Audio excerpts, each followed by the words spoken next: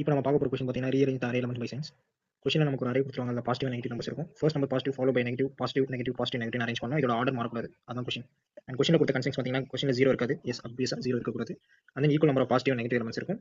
And then அரேயோட length even இருக்கும். And இந்த ஃபர்ஸ்ட் கன்சென்ட் தான் ரொம்ப முக்கியம், ஸ்டார்டிங் எலிமெண்ட் வந்து பாசிட்டிவ் இருக்கும். ஸோ இப்போ பாசிட்டிவ் எலிமெண்ட் தான் ஸ்டார்டிங் சொல்கிறாங்க. ஸோ பாசிட்டிவ்னு ஒரு பாயிண்ட் எடுத்துக்கலாம், starting at zero follow by negative. Positive negative பேரா தான் இருக்கும். ஸோ நெகட்டிவ்ங்கிறது ஃபர்ஸ்ட் இண்டெக்ஸ் எடுத்துக்கலாம். ஸோ இப்போ நம்மளோட வேலை ரொம்ப சிம்பிள். ஸோ இந்த கொஸ்டினில் கொடுத்த இந்த அரேவை இட்ரேட் பண்ணணும். இந்த அரேவை இட்ரேட் பண்ணிட்டு இந்த அரேல இருக்க எலிமெண்ட் பாசிட்டிவ் இருந்தால் பாசிட்டிவ் இண்டெக்ஸ்ல என்ட்ரி, நெகட்டிவ் இருந்தால் நெகட்டிவ் இண்டெக்ஸ்ல என்ட்ரி. ஸோ இதுக்கு நம்ம ரைட் பண்ண வைப்போம்.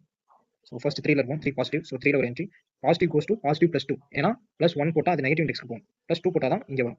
அதனால positive to positive +2. Yes. Next I1 again positive. So 1ல என்ட்ரி கோஸ் டு another பொசிஷன். நெக்ஸ்ட் -2. ஸோ நெகட்டிவ்ல என்ட்ரி, நெகட்டிவ் நெகட்டிவ் கூட நெகட்டிவ் +2 தான் போகும். 5 again negative. So negative goes to what negative +2. Next 2 is a positive, இங்கே ஒரு entry.